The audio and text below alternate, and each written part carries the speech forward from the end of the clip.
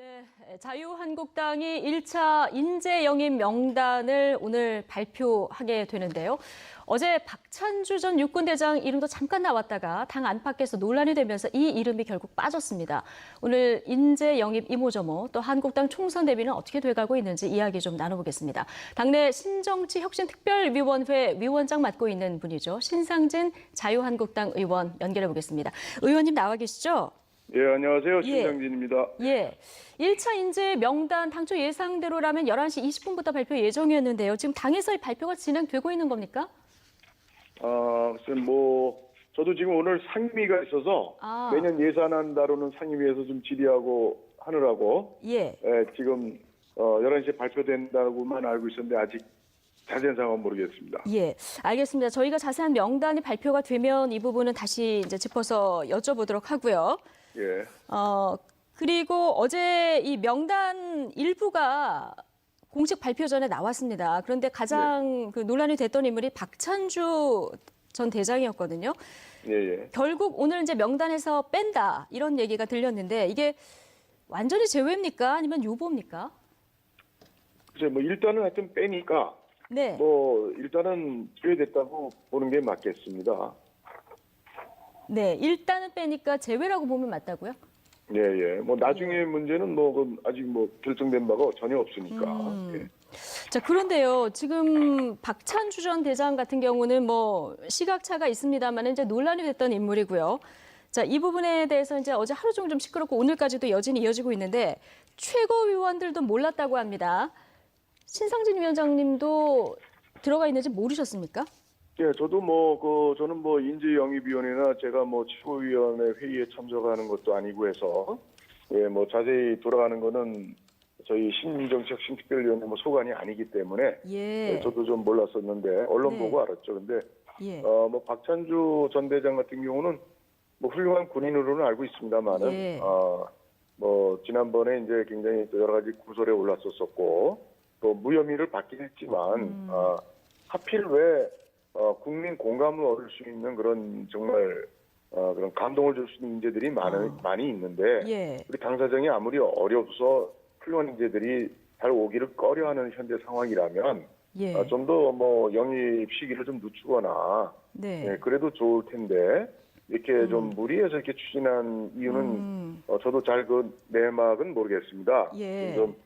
좀 국민에게 좀 감동 주고 공감을 불러일으키고 좀 새롭고 참신한 그런 바람을 불어일으킬 수 있는 그런 아이콘이 되는 인재들을 영입했었으면 좋았는데 그럴 만한 내용들은 부족한 것 같고 또 아마 제가 보기엔 김영하 교수도 명단에 있었는데요. 그거 같은 연금 전문가거든요.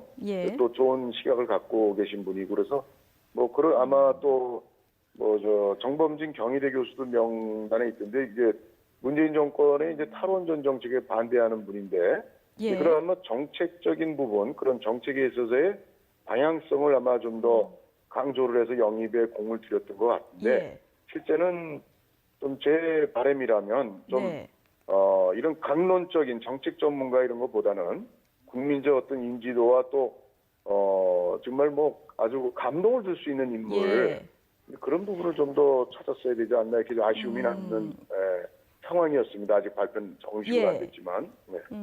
인물에 대한 평가, 개인적인 평가는 좀 뒤로 하더라도 영입 1호 지금 처음 발표하는 거기 때문에 뭔가 좀 공감대를 얻을 수 있는 감동적인 인선이 필요했다 이런 지적이신데요. 당에 그 인재영입위원회가 있잖아요. 그런데 지금 보면은 최고위원들도 몰랐다고 하고 박찬주 대장 같은 경우는 논란이 지금 되는 상황인데 황 대표께서 이제 공을 들여온 인물로 알려지고 있거든요. 개인적으로 추진하지 않았을 텐데 당내에서는 어떤 논의 과정을 거치게 되는 겁니까?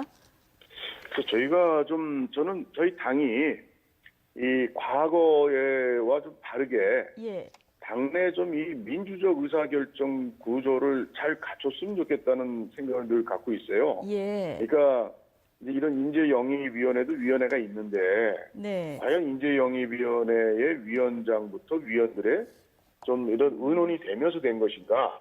아니면 이제 황교안 대표께서 아주 측근 주변 또 당직에서도 아주 핵심 그 몇몇 분과의 어떤 의논을 해서 하신 건가? 네. 저는 좀 많은 좀 이 다양한 의견들과 이 현재 있는 체계를 좀 존중해서 민주적 의사결정 과정들이 좀 원활하게 이루어지는 것에 대해서 저희 당이 이런 기회에 좀 고심을 하고 좀 검토하고 개선했으면 하는 그게 사실 혁신이고 개혁이고 예. 그런 과정을 잘 할 때는 여러 가지 실수들이 이번에 뭐 표창장 문제라든가 패스트트랙 가산점 문제 이런 것들이 불쑥불쑥이에 우리 의원들도 또 당의 간부들도 잘 모르는 사이에 이렇게 뭐 개인 원내대표 뭐 원내대표가 불쑥 뭘 던진다거나 뭐 이런 식의 이 관행들이 철저히 좀 없어져야 된다고 저는 예. 생각을 해서 당이 우선 내부적으로 좀 그런 당 혁신과 개혁을 먼저 이루어 나가는 것이 급선무다 이렇게 생각하고 있습니다.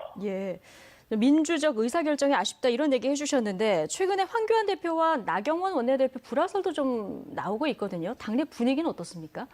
글쎄 뭐 불화설이 이렇게 뭐 크게 노출되는 것은 저도 못 봤고요. 네. 근데 최근에 뭐 패스트트랙 가산점 문제가 언론에 보도됐듯이 뭐 그런 건데 저는 좀 더 내막은 잘 모르겠습니다. 그렇지만 예. 그동안 잘 진행이 되어 왔었는데 하여튼 좀 뭐 이게 자꾸 언론에 이런 식으로 보도가 되니까 저도 걱정스럽고 좀 각자 뭐 역할이 있고 또 자기가 해서는 해야 될 이야기 또 자기가 어떤 누구와 어떤 조직 시스템 속에서의 어떤 상의를 하면서 예. 이게 처리해야 될 어떤 발언들이 있을 텐데 네. 그런 것들을 서로 좀 아주 좀 신중하고 좀 비장한 각오로 좀 한 걸음 한 걸음 내딛는 그런 당 지도부의 그런 좀 변화와 혁신을 요구합니다. 사실.